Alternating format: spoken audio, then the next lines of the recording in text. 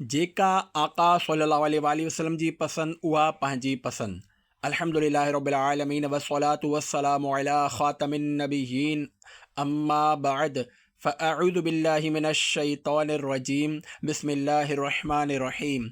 जेका आका सल्लल्लाहु अलैहि वसल्लम जी पसंद उहा पंहिंजी पसंद। दुआए अत्तार या रब्बे करीम जेको बि हीउ रिसालो जेका आका सल्लल्लाहु अलैहि वसल्लम जी पसंद उहा पंहिंजी पसंद पढ़ी या ॿुधी वठे उनखे सहाबा किराम अलैहिम रिदवान जे इश्क़ रसूल मां हिस्सो अता कर ऐं उनखे माउ पीउ ऐं ख़ानदान समेत जन्नतुल फिरदौस में बेहिसाब दाख़िला नसीब फरमाए। आमीन बिजाह ख़ातमिन नबिय्यीन सल्लल्लाहु अलैहि वसल्लम।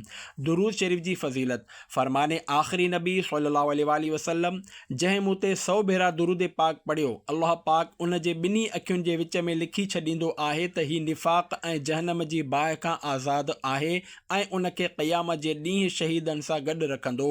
सल्लू अलल हबीब सल्लल्लाहु अला मुहम्मद। चादर बाहि में उछलाए छॾी।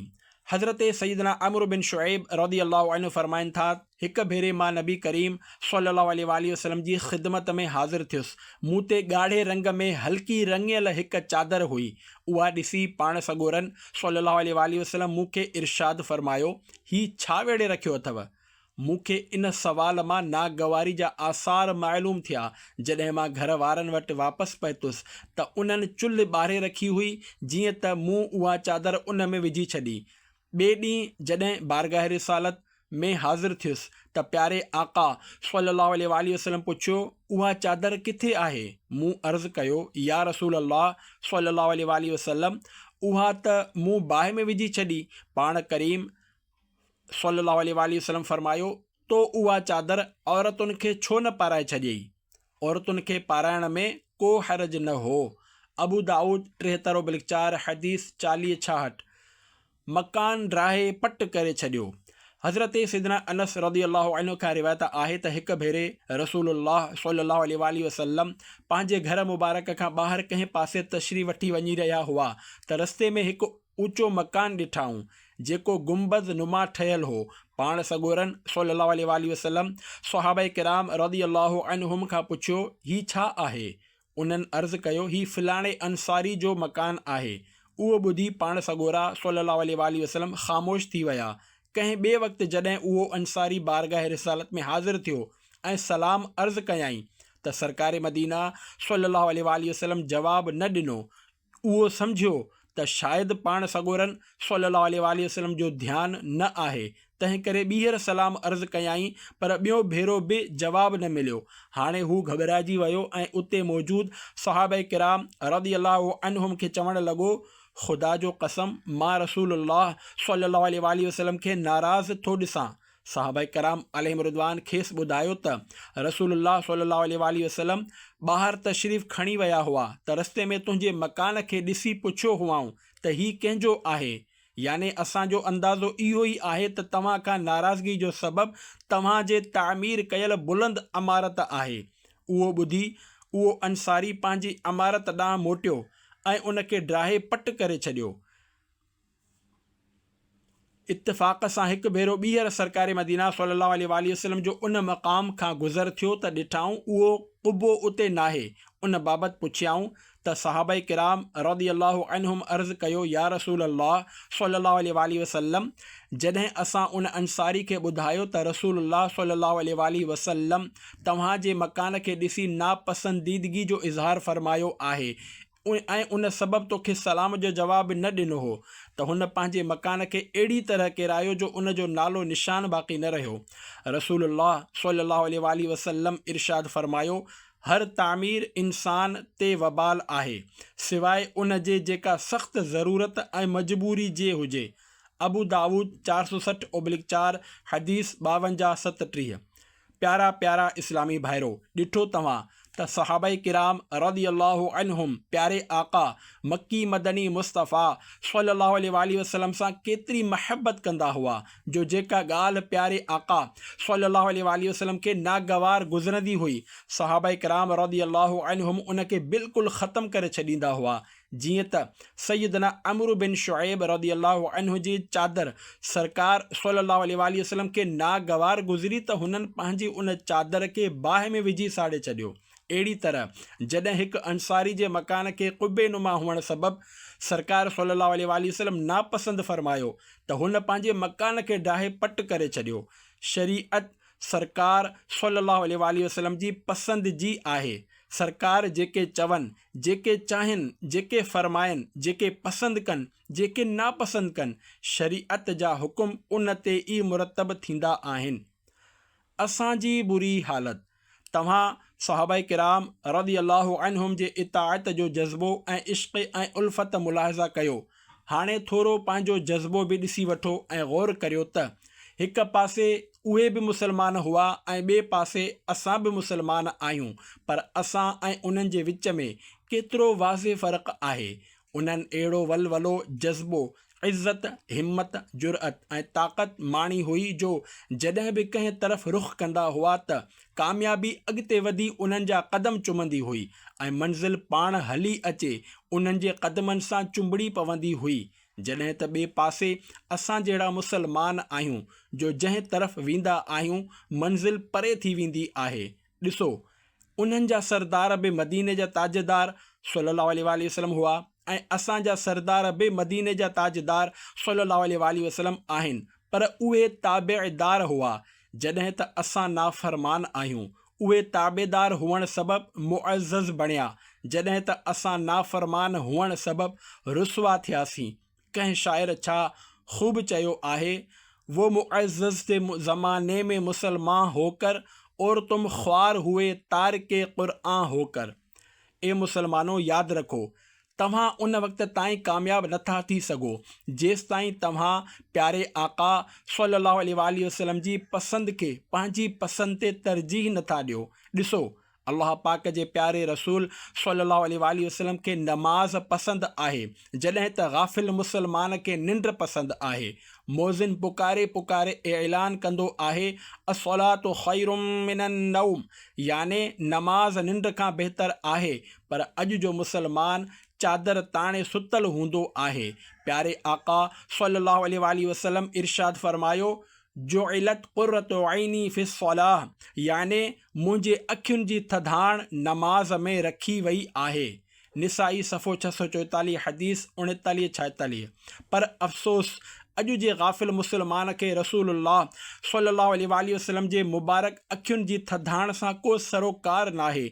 अफ़सोस रसूलुल्लाह सल्लल्लाहु अलैहि वसल्लम जे अखियुनि जी थधाण नमाज में आहे, पर गाफ़िल मुसलमान जे अखियुनि जी थधाण फिल्मूं ड्रामा ॾिसण ऐं बदनिगाही करण में आहे।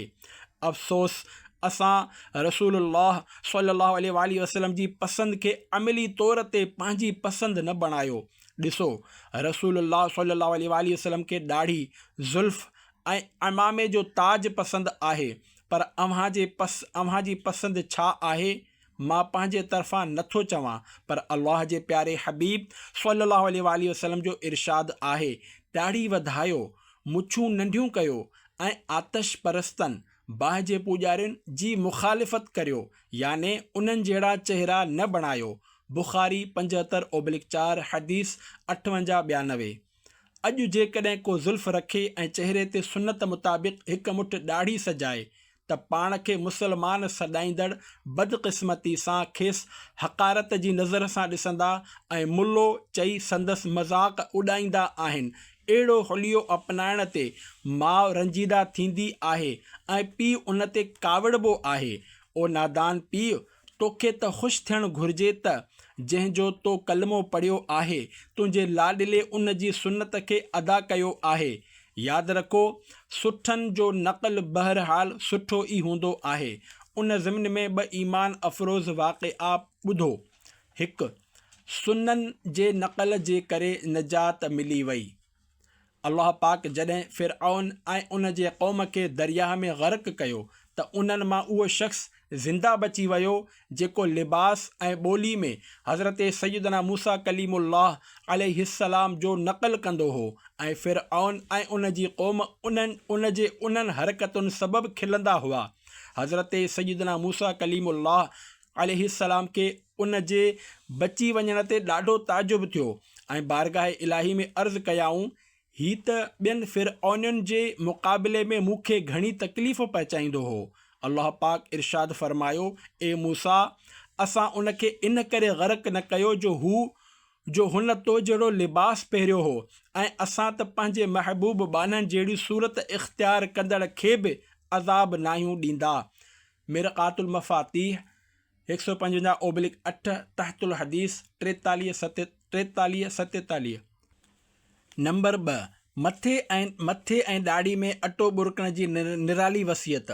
हिकु मश्किरे मरण वक़्तु पंहिंजे दोस्त खे वसियत कई त जॾहिं मूंखे दफ़न करणु लॻो त मुंहिंजी ॾाढ़ी ऐं मथे जे वारनि में अटो बुरके छॾिजो। दोस्त चयो, यार तूं ज़िंदगी में त मज़ाक मस्ख़री कंदो रहियो आहीं, हाणे आख़िरी वक़्त में त उन खां बाज़ अचु। हुन चयो, जेकॾहिं तूं वाक़ई मुंहिंजो ख़ैरख़्वाह आहीं त जेको मां चवां थो उहो कर। दोस्त खिलंदे राज़ी थी वियो ऐं इंतक़ाल बाद हुन दफ़न करण वक़्तु उन जी ॾाढ़ी ऐं मथे जे वारनि में अटो बुरके छॾियो। कुझु ॾींहंनि खां पोइ पंहिंजे मरहूम दोस्त खे ख़्वाब में ॾिसी पुछियाईं, मा फ़अलल्लाहु बिक, याने अल्लाह पाक तोसां कहिड़ो मुआमिलो फ़रमायो। मरहूम चयो, मूंखां सवाल थियो त तो अटो बुरकण जी वसियत छो कई हुई। मूं अर्ज़ु कयो, ए अल्लाह, मूं तुंहिंजे महबूब मुहम्मद रसूलुल्लाह सल्लल्लाहु अलैहि वसल्लम जो इरशाद ॿुधो हो। तर्जुमो, याने बेशक अल्लाह पाक मुसलमान जे पोढ़ाइप खां हया फ़रमाईंदो आहे। पोढ़ो थियण त मुंहिंजे इख़्तियार में न हो, इन करे सोचियुमि त पोढ़ाइप जहिड़ी सूरत बणाए वठां। अल्लाह पाक फ़रमायो, वञ, मूं तोखे बख़्शे छॾियो। माइदनी अख़लाक़ सफ़ो 54। अच्छा वार इज़्ज़त ऐं वक़ार आहिनि। हदीस शरीफ़ में आहे, हज़रत सैयदना इब्राहीम ख़लीलुल्लाह अलैहिस्सलाम सभ खां पहिरीं अच्छा वार ॾिठा त अर्ज़ु कयाऊं, ए रब, ही छा आहे। इरशाद थियो, ही वक़ार आहे। अर्ज़ु कयाऊं, ए मुंहिंजा रब, मुंहिंजो वक़ार वधीक कर। मोता इमाम मालिक 415/2 हदीस 17-56। ए आशिक़ाने रसूल, यादि रखो, जेसिताईं असां प्यारे आका सल्लल्लाहु अलैहि वसल्लम जी पसंदि खे पंहिंजी पसंदि ते तरजीह न ॾींदासीं, तेसिताईं असां दुनिया में नाकाम रहंदासीं ऐं आख़िरत में बि कामयाबु थियण जी उमेद घटि आहे। यक़ीनन अल्लाह पाक जी रहमत तमामु वॾी आहे, पर थोरो सोचो, असांजी सरकशी कहिड़े हद ताईं पहुची चुकी आहे। असां केतिरे क़दुरु भटकियल राह जो शिकार थी चुका आहियूं। जेकॾहिं पहिरीं बानो गुनाह कंदो हो त शर्मसार बि थींदो हो, पर हाणे हाल इहो आहे जो गुनाह करे ख़ुशि थींदो आहे ऐं को सम्झाए त उबतो उन जो मज़ाक़ उॾाईंदो आहे। मूंखे मौसीक़ी जा आलात औज़ार टोड़ण लाइ मोकिलियो वियो आहे। प्यारा प्यारा इस्लामी भाइरो, अॼुकल्ह ॿियनि गुनाहनि जियां मौसीक़ी बि तमामु घणी आम थी चुकी आहे। हालांकि हदीस पाक में इन जी मज़म्मत बयानु कई वई आहे। जीअं त सरकार मदीना सल्लल्लाहु अलैहि वसल्लम जो इरशाद पाक आहे, मूंखे मौसीक़ी जा आलात टोड़ण लाइ मोकिलियो वियो आहे। कंज़ुल अम्माल जुज़ 15 99/8 हदीस 40-82। अफ़सोस, हिकु तरफ़ त प्यारे आका सल्लल्लाहु अलैहि वसल्लम जो ही इरशाद पाक आहे, जॾहिं त ॿिए तरफ़ असां मुसलमाननि जो किरदारु आहे त घर घर मां मौसीक़ी जो धुन ॿुधण में ईंदी आहे। इहो कहिड़ो घरु आहे? उहो कहिड़ो घरु आहे जंहिंमें गाना बाजा नथा वॼनि? कहिड़ो घरु अहिड़ो आहे जंहिंमें फिल्मूं ड्रामा नथा ॾिठा वञनि? जेतिरो सरमायो घणो हूंदो आहे, बानो रब खां ओतिरो ई गाफ़िल थी वेंदो आहे। ॾींहुं राति उन खे माल जो फ़िक्रु लॻल हूंदो आहे। पोइ धाड़ेलनि जो ख़तरो अलॻि रहंदो आहे। टैक्सेशन डिपार्टमेंट वारा उन जे घर जा चक्कर लॻाईंदा आहिनि। के मालदार वीचारा पंहिंजे माल जे फ़िक्र में एतिरे क़दुरु मुब्तला हूंदा आहिनि जो पंहिंजी जान मां बि हथ धोई वेंदा आहिनि। इन ज़िम्न में हिकु इबरत अंगेज़ वाक़िओ ॿुधो। माल जी फ़िक्र में हिकु वापारी जो मौत। पाकिस्तान में हिकु अजीब वाक़िओ थियो। हिकु मालदार शख़्स टैक्स डिपार्टमेंट तरफ़ां 1 करोड़ रुपया टैक्स अदा करण जो ऑफिशियली नोटिस मोकिलियो वियो। हुन ऑफिसरनि सां रिश्वत जे सौदेबाज़ी शुरू करे ॾिनी त जीअं घटि रक़म एवज़ संदसि जान आजी थी वञे। खेसि चयो वियो त जेकॾहिं तव्हां ऑफिशियली तौर ते टैक्स अदा करणु चाहियो था त तव्हांखे पूरा 1 करोड़ रुपया अदा करणा पवंदा ऐं जेकॾहिं पुठिएं दरवाज़े खां मतिलबु त रिश्वत जे ॾेती लेती ज़रिए ॾियणु चाहियो था त अधु क़ीमत में कमु थी वेंदो। उहो दौलतमंद शख़्स शायदि 3 लख रिश्वत ॾियण ते राज़ी हो। अलग़रज़ मुआमलो ते न थी सघियो ऐं ऑफिसर हलिया विया। ॾिसो, हिकु तरफ़ मुसलमाननि जी ही हालत आहे जो रिश्वत जी ॾेती लेती करे रहिया आहिनि, जॾहिं त ॿिए तरफ़ रसूलुल्लाह सल्लल्लाहु अलैहि वसल्लम जो फ़रमाने इबरत निशान आहे अर्राशी वल मुर्तशी किलाहुमा फिन्नार, याने रिश्वत वठंदड़ ऐं ॾींदड़ ॿई जहन्नमी आहिनि। मुअज्जम औसत 550/1 हदीस 2026। पर अफ़सोस अॼु जे मुसलमाननि खे अहिड़ी तरह जे वईदुनि खां किथे डपु लॻे थो। बहरहाल उन मालदार शख़्स खे सॼी राति इहो फ़िक्र खाई रहियो हो त हुन खां बतौर रिश्वत 50 लख रुपया घुरिया पिया वञनि। नेठि उन ई सोचो वीचार में बज़ाहिर खेसि निंड अची वई। जॾहिं सुबुह थियो त घर वारनि खेसि जाॻाइण जी ख़ूब कोशिशि कई, पर ख़बर पई त 50 लख जे फ़िक्र में उन जी दिलि बीही वई, याने हार्ट फेल थी वियो आहे ऐं हाणे हू हमेशह जे निंड सुम्ही चुको आहे। प्यारा प्यारा इस्लामी भाइरो, ॾिठो तव्हां त दौलत उन मालदार शख़्स जे कहिड़े कमु आई। यादि रखो, दौलत कंहिंखे मौत खां नथी बचाए सघे। जेकॾहिं दौलत कंहिंखे बचाए सघे हा त क़ारून जहिड़ी दौलत अॼु कंहिं वटि नाहे। क़ारून एतिरो त दौलतमंद हो जो उन जे ख़ज़ाने जूं चाबियूं हिकु तमामु वॾी जमाअत खणंदी हुई। चयो वञे थो त उहा जमाअत 40 माण्हुनि ते मुश्तमिल हुई। तफ़सीर सावी सिपारो 20 सूरतुल क़सस तहतुल आयत 76। थोरो सोचो, जंहिंजे ख़ज़ाने जूं चाबियूं हिकु जमाअत खणंदी हुजे, उन जो ख़ज़ानो केतिरो हूंदो, पर उहो ख़ज़ानो उन जे कमु न आयो। क़ारून जो इबरतनाक अंजाम। जॾहिं हज़रत मूसा कलीमुल्लाह अलैहिस्सलाम अल्लाह पाक जे हुकुम ते क़ारून खां ज़कात जो मुतालबो कयो त हू उन जी अदायगी लाइ तयारु न थियो। हीला बहाना करणु लॻो ऐं आख़िरकार ज़कात जो इनकार कंदे चवणु लॻो, वाह, जॾहिं माल मूं कमायो आहे त तव्हांखे कीअं ॾेई छॾियां। पोइ हुन हिकु औरत खे मालो मताअ जे लालच ॾेई उन ॻाल्हि ते आमादा कयो त जॾहिं हज़रत मूसा अलैहिस्सलाम माण्हुनि खे जमा करे वाइदो नसीहत फ़रमाए रहिया हुजनि, उन वक़्तु उहा मथनि पाण सां बुराई करण जो इल्ज़ाम लॻाए ऐं ईअं माअज़ल्लाह खेनि अवाम जे आॾो रुसवा करे छॾे।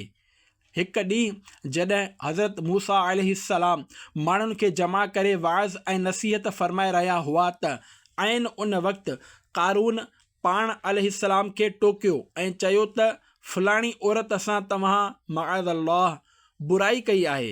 हज़रत मूसा अलैहिस्सलाम उन ॻाल्हि ते तमामु घणो रंजीदा थिया ऐं फ़रमायाऊं, उन औरत खे मुंहिंजे साम्हूं आणियो। जॾहिं उहा औरत तस्दीक़ लाइ घुराई वई त हज़रत मूसा अलैहिस्सलाम जलाल भरे अंदाज़ में फ़रमायो, सच सच ॿुधाए, हक़ीक़त छा आहे। उहा औरत ॾकी वई ऐं हुन सच सच ॿुधाए छॾियो त मूंखे क़ारून काफ़ी मालो दौलत ॾेई तव्हां ते बोहतान लॻाइण लाइ तयारु कयो आहे। उन वक़्तु हज़रत मूसा अलैहिस्सलाम जे अखियुनि में लुड़क तरी आया ऐं सजदे में हलिया विया ऐं सजदे जी हालत में पाण अलैहिस्सलाम दुआ घुरी, ए अल्लाह, क़ारून ते पंहिंजो कहर ऐं ग़ज़ब नाज़िल फ़रमाए। उन सां गॾु ई हज़रत मूसा अलैहिस्सलाम इहो ऐलान बि करे छॾियो त मुंहिंजा साथी मुंहिंजे तरफ़ ऐं क़ारून जा चाहींदड़ क़ारून जे तरफ़ थी वञनि त ॿिनि ख़ुशामदियुनि ऐं चापलूसी कंदड़नि खां सवाइ सभई माण्हू पाण अलैहिस्सलाम जे तरफ़ अची विया। हाणे हज़रत मूसा अलैहिस्सलाम ज़मीन खे हुकुम ॾिनो त ए ज़मीन, तूं क़ारून खे पकड़, त हू हिकदमि गोॾनि ताईं ज़मीन में दॿिजी वियो। पोइ पाण वरी ज़मीन खे इहो ई फरमायो त हू चेल ताईं ज़मीन में दॿिजी वियो।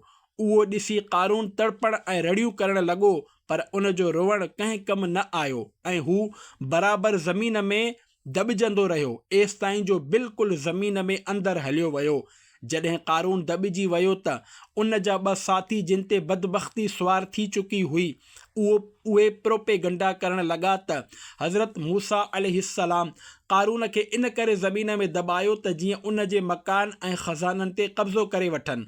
हज़रत मूसा अलैहिस्सलाम खे वरी जलाल आयो ऐं पाण अल्लाह पाक खां दुआ घुरी त क़ारून जो मकान ऐं ख़ज़ानो बि ज़मीन में दॿिजी वञे, जीअं त उन जो मकान ऐं ख़ज़ानो बि ज़मीन में दॿिजंदा विया ऐं हाणे क़यामत ताईं क़ारून ज़मीन में दॿिजंदो रहंदो ऐं उन सां गॾु उन जो ख़ज़ानो बि उन जे मथे ते बार बणिजी दॿिजंदो रहंदो। तफ़सीर सावी सिपारो 20 सूर क़सस तहतुल आयत 81। ए आशिक़ाने रसूल, मालूम थियो त सरमायो ऐं माल सरासर वबाल आहे ऐं इहो कंहिंखे नथो बचाए सघे। यादि रहे, दुनिया ऐं आख़िरत जी कामयाबी मालदार थियण में नाहे, अल्लाह पाक ऐं उन जे प्यारे हबीब सल्लल्लाहु अलैहि वसल्लम जी इताअत ऐं फर्मा बरदारी में आहे। असां उन वक़्त ताईं कामयाब नथा थी सघूं जेसि ताईं अल्लाह पाक ऐं उन जे प्यारे हबीब सल्लल्लाहु अलैहि वसल्लम जी पसंदि खे पंहिंजी पसंदि ते तरजीह न ॾींदासीं। तंहिं करे असांखे हर मुआमिले में अल्लाह पाक ऐं उन जे प्यारे हबीब सल्लल्लाहु अलैहि वसल्लम जी पसंदि खे पंहिंजी पसंदि ते तरजीह ॾियणु घुरिजे। मिसाल तौरु, असांजी दिलि चाहे रही आहे त नमाज़ फ़जर जे वक़्तु सुता पिया हुजूं ऐं पंहिंजी निंड पूरी करियूं, पर अल्लाह पाक ऐं उन जे प्यारे रसूल सल्लल्लाहु अलैहि वसल्लम असांखे नमाज़ पढ़ण जो हुकुम ॾिनो आहे त हाणे असांखे संदन पसंदि खे पंहिंजी पसंदि ते तरजीह ॾींदे नमाज़ पढ़णु घुरिजे। अहिड़ी तरह जेकॾहिं ॾाढ़ी कूड़ाइण जी दिलि चाहे त इन मुआमिले में बि दिलि जी मुखालिफ़त करणु घुरिजे ऐं सुन्नत मुताबिक़ हिकु मुठ ॾाढ़ी रखणु घुरिजे। पर अफ़सोस, अॼुकल्ह को ईअं कंदो आहे। न हर तरफ़ नफ़्स ऐं शैतान जी इताअत जो ज़ोर आहे। यादि रहे, जेको नफ़्स जी मुखालिफ़त कंदो आहे उहो कामयाबु थींदो आहे, चाहे उहो केर बि हुजे। इन ज़िम्न में हिकु ईमान अफ़रोज़ वाक़िओ पेशे ख़िदमत आहे। जीअं त मरीज़ पाण तबीब बणिजी वियो। हिकु भेरे सैयदना शेख ख्वाजा महबूब इलाही निज़ामुद्दीन औलिया रहमतुल्लाह अलैह सख़्तु बीमार थी पिया। मुरीदनि अर्ज़ु कयो, साईं, हिते हिकु काफ़िर धाॻो फीणो कंदो आहे ऐं उन जो इलाजु घणो हलंदो आहे। जेकॾहिं हुकुम हुजे त उन वटि वठी हलूं। फरमायाऊं, मां इलाज लाइ काफ़िर वटि न वेंदुसि। मर्ज़ वधीक शिद्दत इख़्तियार कई ऐं पाण रहमतुल्लाही अलैह बेहोश थी विया। मुरीद खणी उन ई काफ़िर वटि वठी विया।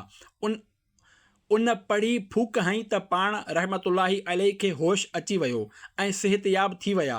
पाण जॾहिं पंहिंजो पाण खे सिहतयाब ॾिठो त उन काफ़िर खे ॾिसी खांइसि पुछो, तोखे इलाज में ही मलको कीअं हासिलु थियो? हुन चयो, मुंहिंजे गुरु याने उस्ताद मूंखे अहद वरितो आहे त नफ़्स जेके कुझु चवे उन जो उबतड़ कर। तंहिं करे जॾहिं थधो पाणी पीअण जी ख़्वाहिश थींदी आहे त गरम पीअंदो आहियां। चांवर खाइण जी दिलि चवंदी आहे त मानी खाई वठंदो आहियां। हिन तरह नफ़्स जे चवण जो उबतड़ करण सां मूं में ही क़ुवत पैदा थी चुकी आहे। पाण रहमतुल्लाही अलैह फरमायो, ही ॿुधाए, तुंहिंजो नफ़्स तोखे मुसलमान थियण जी इजाज़त ॾींदो आहे या न? चयाईं, मना कंदो आहे। त पाण फरमायाऊं, ही मुसलमान थियण खां मना करे थो। तुंहिंजे उसूल जे मुताबिक़ तोखे उन जे चवण जो उबतड़ कंदे मुसलमान थियणु घुरिजे।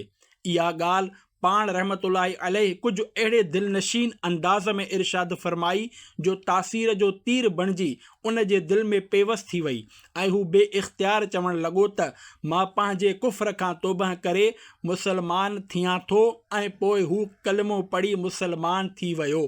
फैज़ान सुन्नत 736/1। प्यारा प्यारा इस्लामी भाइरो, ॾिठो तव्हां, हिकु काफ़िर नफ़्स जी मुखालिफ़त करे केतिरी तरक़ी हासिल कई ऐं आख़िरकार अल्लाह पाक उन खे हिकु वली जे निगाह फैज़ जी बरकत सां इस्लाम जी दौलत सां मालामाल फरमायो। अफ़सोस, असां नफ़्स जा परस्तार याने ग़ुलाम आहियूं ऐं असांजो नफ़्स जंहिं शइ जो मुतालबो कंदो आहे असां उहा करे वठंदा आहियूं। नफ़्स पैसनि जो मुतालबो कंदो आहे त असां न हराम ॾिसंदा आहियूं न हलाल, न सवाब ॾिसंदा आहियूं ऐं न गुनाह। असांजी इहा ई सोच हूंदी आहे त बसि असांखे पैसो घुरिजे, हाणे चाहे जुआ जे ज़रिए हासिल कयो वञे या मिलावट जे ज़रिए, रिश्वत जे ज़रिए हथ अचे या व्याज जे ज़रिए, असां पंहिंजे लेखे गुमान कंदा आहियूं त असां तमामु शरीफ़ आहियूं, छो त असां कंहिंजो घर नाहियूं फिटाईंदा, कंहिंजो खीसो नाहियूं कटींदा, असलो ॾेखारे फुर जूं वारदातूं नाहियूं कंदा। यादि रखो, असलो ॾेखारे फुर करण जूं वारदातूं कंदड़ वाक़ई धाड़ियल आहिनि, पर मुआशिरे में अहिड़ा घणा माण्हू मौजूदु आहिनि जेके बज़ाहिर धाड़ियल त न आहिनि, पर धाड़ियलनि वांगुरु उन्हनि जो मक़सदु बि माण्हुनि खे फुरणु हूंदो आहे। जीअं त रिश्वत जी ॾेती लेती करे मिलावट वारो माल विकिणण वारा क़यामत जे ॾींहुं अल्लाह पाक जी बारगाह में अहिड़नि तमामु माण्हुनि जी पकड़ थींदी, छो त जहिड़ी तरह धाड़ा हणी माण्हुनि खे फुर करण वारा जहन्नम में वञण वारो कमु करे रहिया आहिनि, अहिड़ी तरह रिश्वत जी ॾेती लेती करे मिलावट वारो माल विकिणण वारा बि जहन्नम में वञण वारो कमु करे रहिया आहिनि। यादि रहे, जुर्म कंदड़ दुनिया में त रिश्वत ॾेई या कंहिंजे सिफारिश जे ज़रिए छुटी वेंदा आहिनि, पर जॾहिं मौत जो शिकार थी ऊंदा ई क़बर में पहुचंदा त उते न रिश्वत कमु ईंदी ऐं न कंहिंजी सिफारिश। जेकॾहिं अल्लाह पाक ऐं उन जा प्यारा हबीब सल्लल्लाहु अलैहि वसल्लम नाराज़ थिया त अहिड़नि माण्हुनि खे अज़ाब क़ब्र खां केरु छॾाईंदो।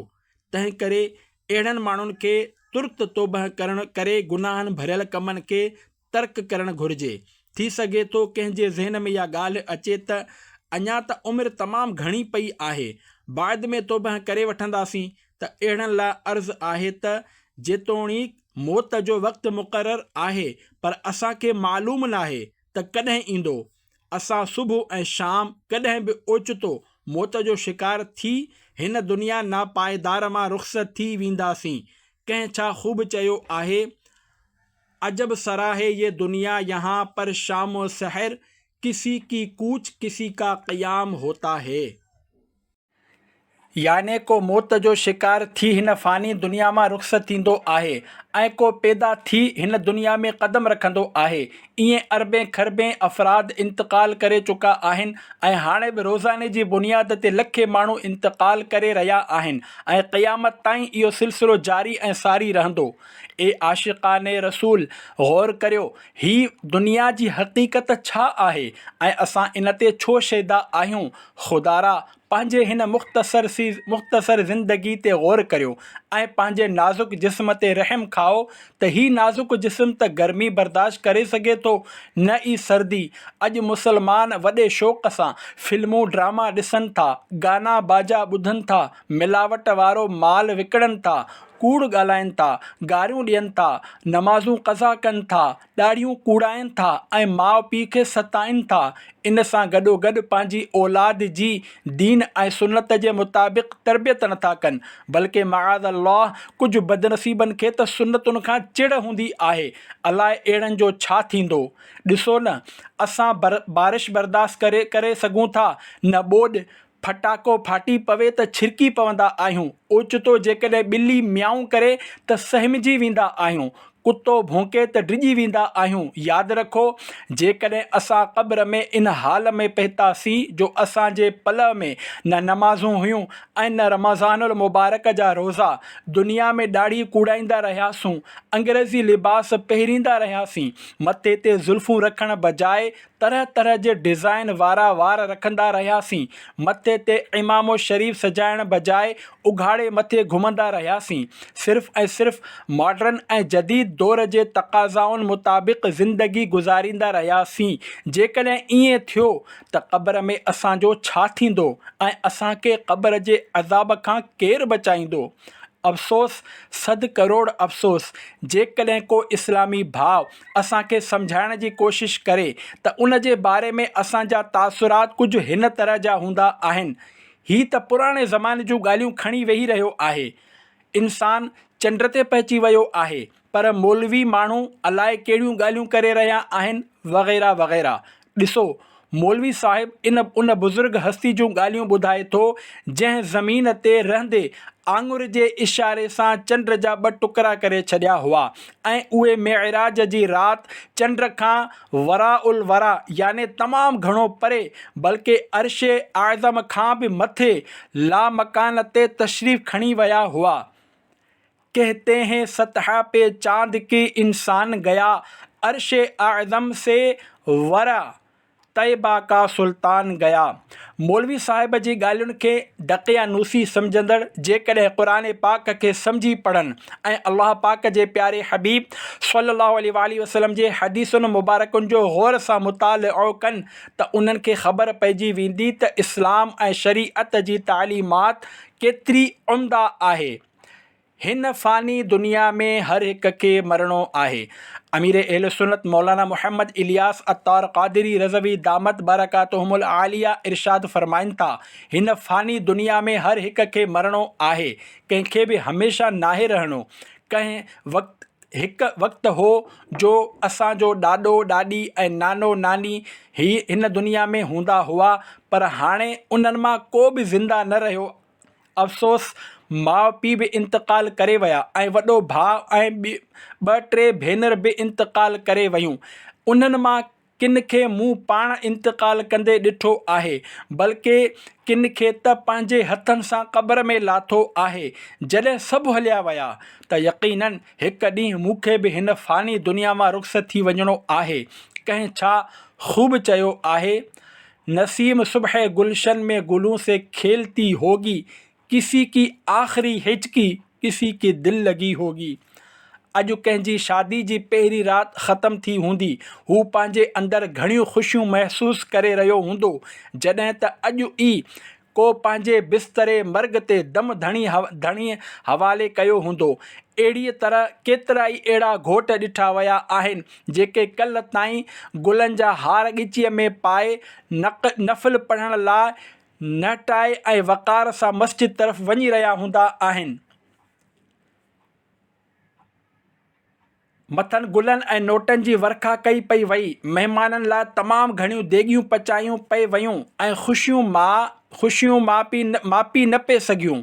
अरमान पोइ हिकु अहिड़ो वक़्तु आयो जो उन्हनि ई घोटनि ते ॿीहर गुल निछावर कया विया, पर हाणे हू शादी जी ख़ुशीअ में शुक्राने जा नफ़िल अदा करण लाइ वक़ार सां मस्जिद ॾांहुं न पे विया, पर पिंजरे नुमा डोलीअ में बंदि थी माण्हुनि जे कुल्हनि ते सुवार थी क़ब्रिस्तान ॾांहुं पे विया।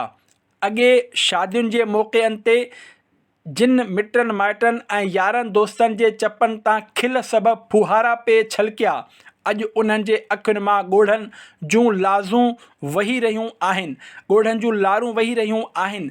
इन ज़िम्न में हिकु नौजवान जो इबरतनाक वाक़िओ ॿुधो, जीअं त शादी जी पहिरीं राति गुर्दा फेल थी विया।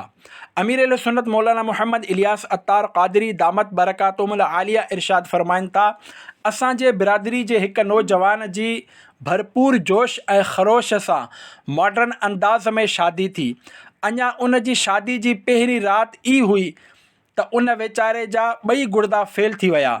मां इयादत ला इस्पताल पहुतुसि ऐं उनखे ॾिसी सोचणु लॻुसि त जेकॾहिं हीउ ज़िंदा बची वियो त शायदि नमाज़ी बणिजी वञे ऐं पंहिंजी आख़िरत संवारण लाइ तयारु थी वञे, पर हू सिहतयाब न थी सघियो। प्यारा इस्लामी भाइरो, गौर करियो, उहो नौजवान जंहिं चंद ॾींहंनि पहिरीं हार पहिरिया हुआ ऐं नफ़िल पढ़ण लाइ पैदल हली मस्जिद में वियो हो, वेचारे जा गुर्दा फेल थी विया ऐं पोइ कुझु ई ॾींहंनि खां पोइ खेसि कुल्हनि ते सुवार करे ऊंदाहे क़ब्र में लाथो वियो।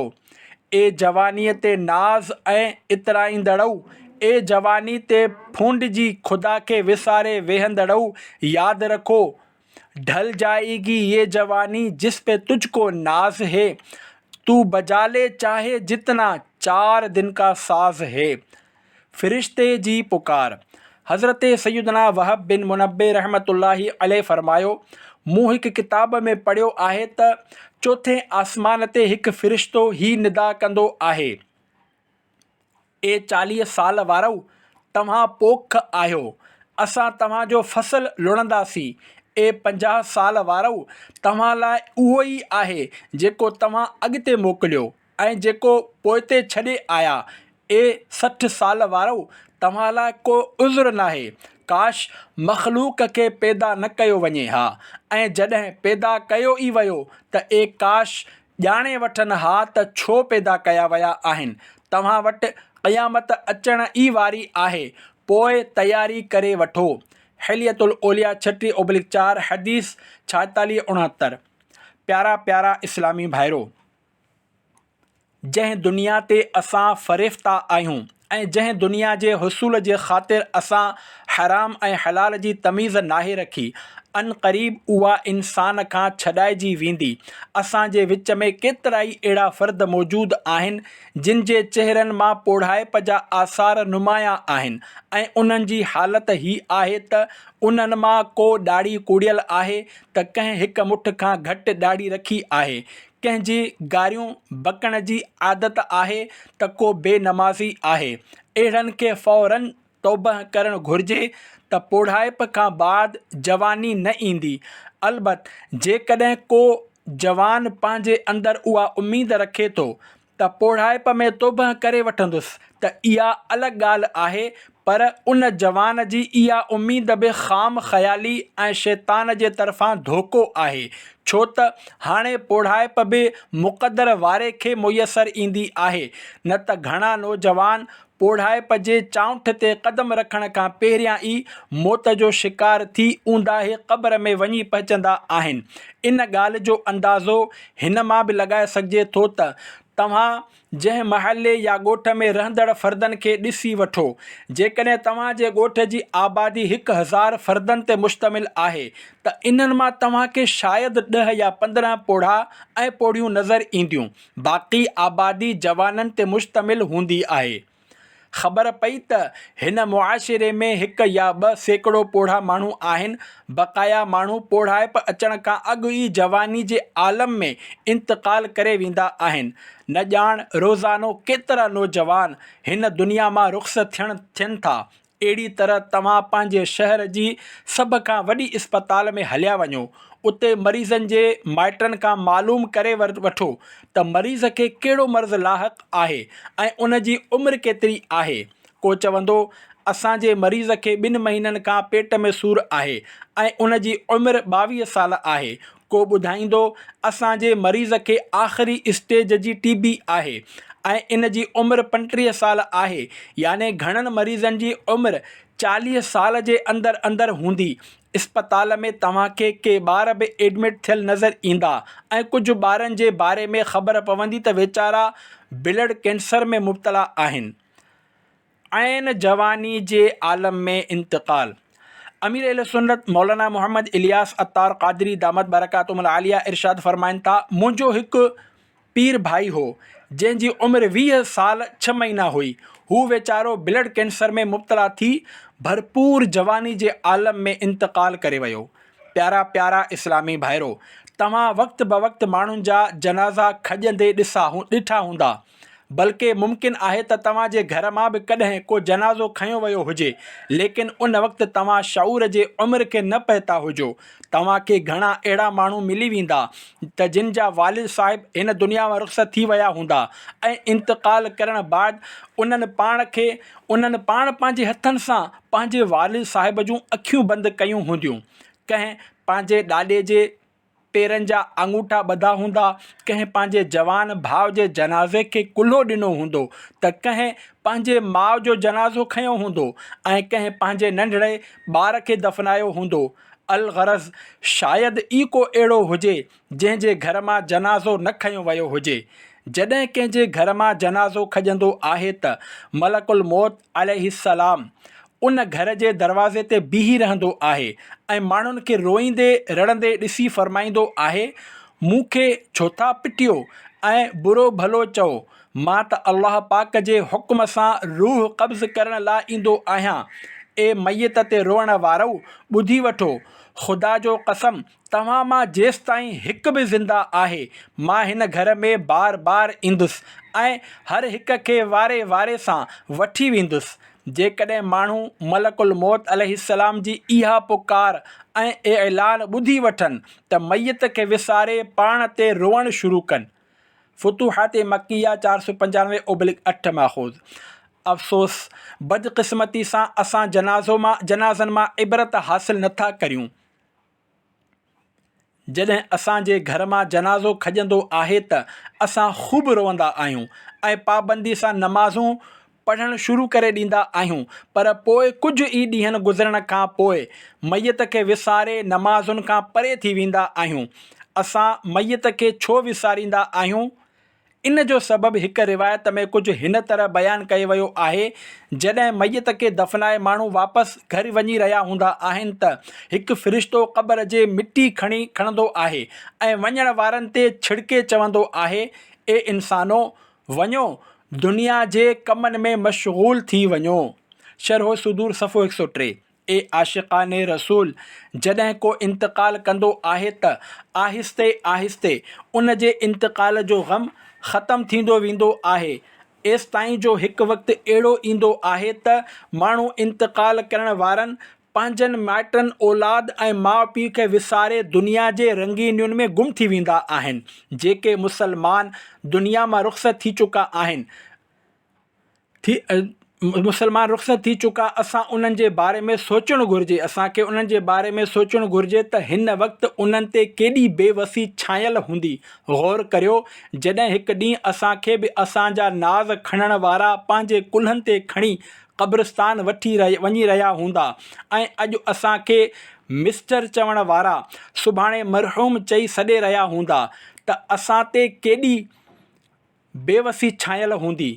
जेकॾहिं उन वक़्तु मआज़ अल्लाह असां वटि नमाज़ूं न थियूं, रमज़ान मुबारक जा रोज़ा न थिया, अमाल नामो क़दम क़दम ते कयल गुनाहनि सां भरियल निकितो, अल्लाह पाक नाराज़ थींदो ऐं उन जो प्यारो हबीब सल्लल्लाहु अलैहि वसल्लम रुसी वियो त अहिड़ी सूरत में क़ब्र असां सां कहिड़ी तरह जो सलूक कंदी। इन खे थोरो गौर सां पढ़ो ॿुधो। जीअं त नमाज़ में सुस्ती कंदड़नि जी सज़ा। हिकु रिवायत में आहे, नमाज़ में सुस्ती कंदड़नि खे क़ब्र ईअं दॿाईंदी जो उन्हनि जूं पासराटियूं टुटी हिक ॿिए में मिली वेंदियूं। क़ुरतुल अयून मअ रौज़ुल फ़ाइक़ सफ़ो 383। प्यारा प्यारा इस्लामी भाइरो, यादि रखो त अज़ाब क़ब्र खां न कराटे जो फ़न बचाए सघंदो ऐं न पहलवानीअ जा दाव पेच, न बॉक्सिंग जा मुक्का क़ब्र जी पकड़ खां बचाए सघंदा ऐं न ई कंहिं क़िस्म जो असलहो। हाय अफ़सोस, जॾहिं क़ब्र दॿाईंदी त पासराटियूं भॼी भुरी हिक ॿिए सां मिली वेंदियूं। यादि रहे त क़ब्र में टुटल हॾियूं ॻंढण लाइ न को हॾियुनि जो माहिर बोन स्पेशलिस्ट ईंदो ऐं न ई को मेडिकल सर्जन या हकीम वग़ैरह, बल्कि उते त नांग विछूं डोड़ी अची रहिया हूंदा ऐं बाहि बि वधंदी वेंदी ऐं ही सभु रब्बे करीम जी नाराज़गी जी सूरत में हूंदो। ॾिसो, असां दुनिया जी गर्मी खां बचण लाइ त घर में पखो ऐं एयर कंडीशन लॻाए वरितो, पर क़ब्र जी गर्मी खां बचण लाइ नमाज़ जो को एहतमाम न कयो। अहिड़ी तरह हुस्ने अख़लाक़, सचाई, अमानतदारी, दयानतदारी ऐं ॿियनि अहिड़नि नेक अमलनि जो जेके असां लाइ क़ब्र में राहत जो सामान बणिजी सघिया थे, उन्हनि जो को बि एहतमाम न कयो वियो। असां सिर्फ़ु पंहिंजे मकाननि खे फर्नीचर सां सजायो त जीअं आराम मिले, मकान में रोशनदान ठाहियो त जीअं रोशनी हासिल थिए, पर अफ़सोस क़ब्र में जन्नत जे रोशनदान जो को इंतज़ाम न कयो। क़यामत जे ॾींहुं हसरत ऐं नदामत। ए आशिक़ाने रसूल, ग़फ़लत जी निंड खां बेदार थी वञो। यादि रखो, जेकॾहिं असां अल्लाह पाक ऐं उन जे प्यारे हबीब सल्लल्लाहु अलैहि वसल्लम जी इताअत ऐं फ़र्मा बरदारी न कंदासीं त असांजो अंजाम छा थींदो। इन सिलसिले में अल्लाह पाक जो सचो कलाम गौर सां ॿुधो। जीअं इरशादे बारी ताला आहे, बिस्मिल्लाहिर्रहमानिर्रहीम, यौम तुक़ल्लबु वुजूहुहुम फिन्नारि यक़ूलून या लैतना अतअनल्लाह व अतअनर रसूल। सिपारो 22 सूरह अहज़ाब आयत 66। तर्जुमो कंज़ुल इरफ़ान। जंहिं ॾींहुं उन्हनि जा मुंहं बाहि में बार बार विधा वेंदा त चवंदा हूंदा, हाय ए काश असां अल्लाह जो हुकुम मञियो हुजे हा ऐं रसूल जो हुकुम मञियो हुजे हा। कंज़ुल ईमान मुंहिंजे आका आला हज़रत आशिक़ रसूल वली कामिल मौलाना शाह इमाम अहमद रज़ा ख़ान रहमतुल्लाहि अलैहि जो तर्जुमो कयल क़ुरान मजीद जो तर्जुमो आहे। तव्हां बि पंहिंजे घर में सिर्फ़ु क़ुरान पाक जो तर्जुमो कंज़ुल ईमान ई रखो। ए बेनमाज़ियो तव्हां बि ॿुधो, ए रमज़ान जा रोज़ा क़ज़ा करण वारो, ए फ़र्ज़ हुजण बावजूदु ज़कात अदा न करण वारो, ए फ़र्ज़ थी वञण बावजूदु हज अदा न करण वारो, ए माउ पीउ खे सताइण वारो, ए दाढ़ी कूड़ाइण या हिकु मुठ खां घटाइण कराइण वारो, कटराइण वारो, ए वीडियो गेम्स खेॾण ऐं खेॾाइण वारो, ए फिल्मूं ड्रामा ॾिसण ॾेखारण वारो, ए गाना बाजा ॿुधण ऐं ॿुधाइण वारो, ए धोखो ॾेई मिलावट जो माल विकिणण वारो, ए रिश्वत जी ॾेती लेती करण वारो, ए व्याज खोरी में मुबतला रहण वारो। सभु गौर सां ॿुधो, जेकॾहिं अल्लाह पाक नाराज़ थी वियो, उन जो प्यारो हबीब सल्लल्लाहु अलैहि वसल्लम रुसी वियो ऐं ईमान बर्बाद थी वियो त पोइ दुनिया जी का बि ताक़त तव्हांखे अज़ाबे आख़िरत खां न बचाए सघंदी।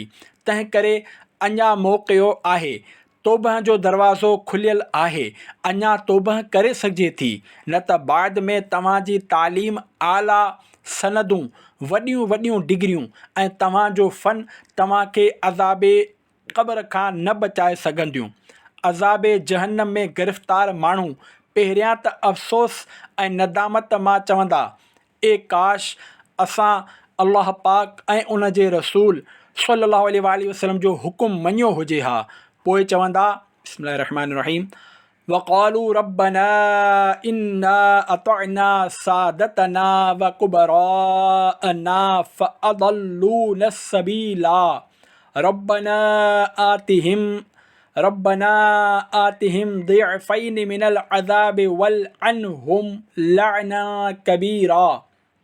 तर्जुमो कंज़ुल ईमान ऐं चवंदा, ए असांजा रब, असां पंहिंजनि सरदारनि ऐं पंहिंजनि वॾनि जे चए ते हलियासीं त उन्हनि असांखे वाट खां भटकाए छॾियो। ए असांजा रब, उन्हनि खे बाहि जो ॿीणो अज़ाब ॾे ऐं उन्हनि ते वॾी लानत कर। दुनिया ऐं आख़िरत में कामयाबु केरु? ए आशिक़ाने रसूल, दुनिया ऐं आख़िरत में कामयाबु उहो ई आहे जेको अल्लाह पाक ऐं उन जे प्यारे हबीब सल्लल्लाहु अलैहि वसल्लम जो इताअत गुज़ार ऐं फ़र्मा बरदार आहे।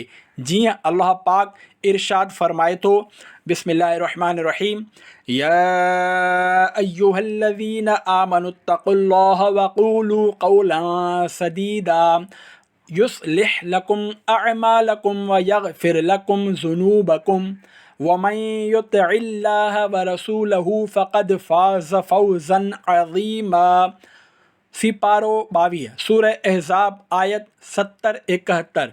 तर्जुमो कंज़ुल ईमान, ए ईमान वारो, अल्लाह खां डिॼो ऐं सिधी ॻाल्हि चओ। तव्हांजा अमल तव्हांजे वास्ते ठीकु करे छॾींदो ऐं तव्हांजा गुनाह बख़्शे छॾींदो, ऐं जेको अल्लाह ऐं उन जे रसूल जी फ़र्माबरदारी कंदो उन वॾी कामयाबी लधी।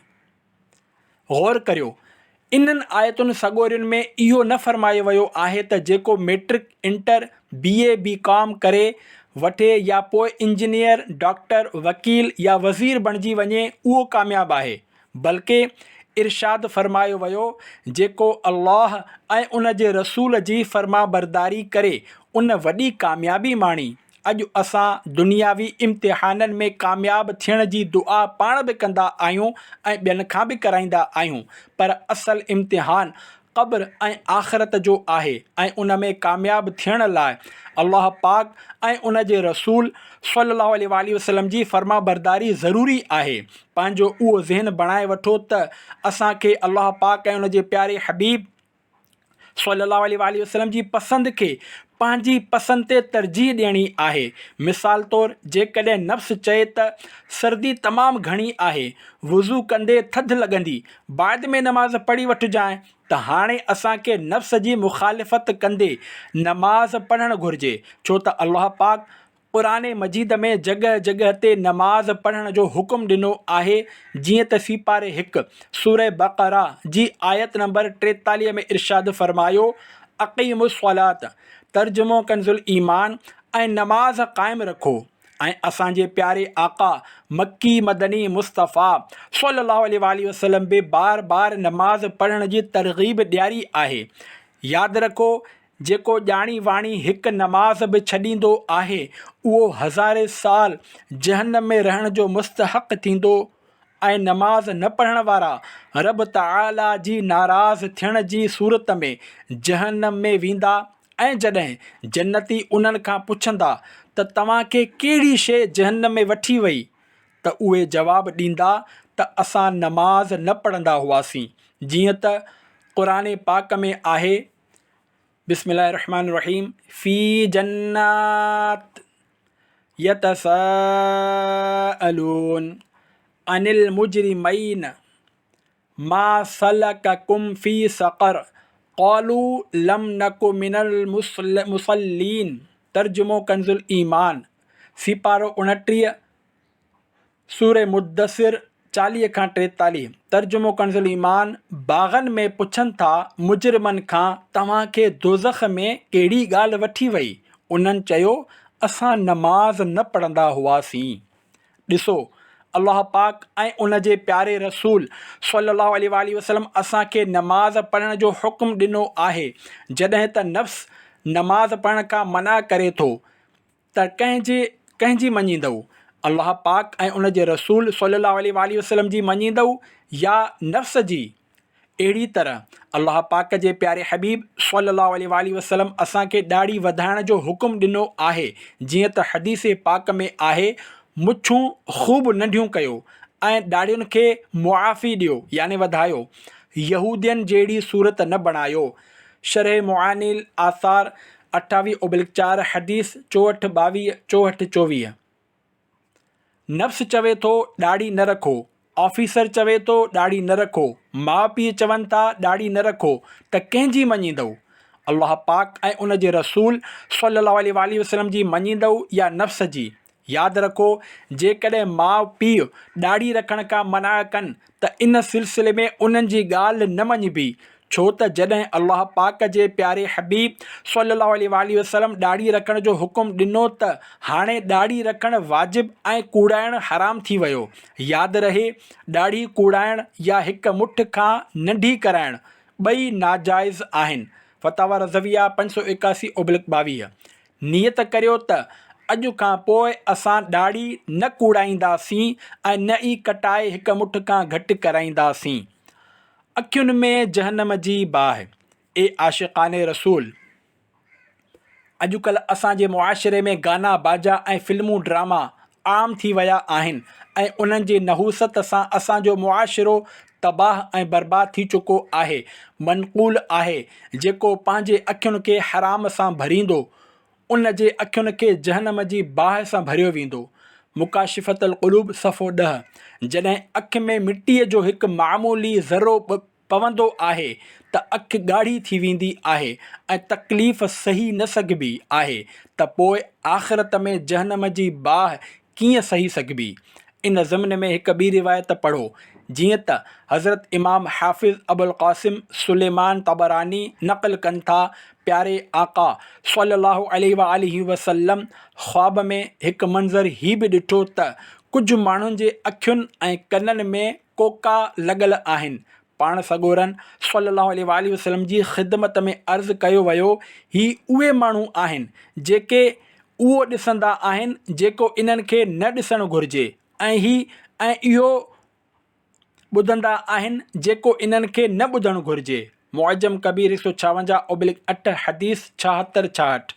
प्यारा प्यारा इस्लामी भाइरो, अहद करियो त असां अल्लाह पाक ऐं उन जे प्यारे रसूल सल्लल्लाहु अलैहि वसल्लम जी रिज़ा लाइ फिल्मूं ड्रामा ॾिसण ऐं गाना बाजा ॿुधण खां सची तौबह करियूं था ऐं अॼु खां पोइ असां फिल्मूं ड्रामा ॾिसण ऐं गाना बाजा ॿुधण खां बचंदासीं इंशा अल्लाहुल करीम। सल्लू अलल हबीब सल्लल्लाहु अला मुहम्मद व आलिहि व अस्हाबिहि व बारक वसल्लम।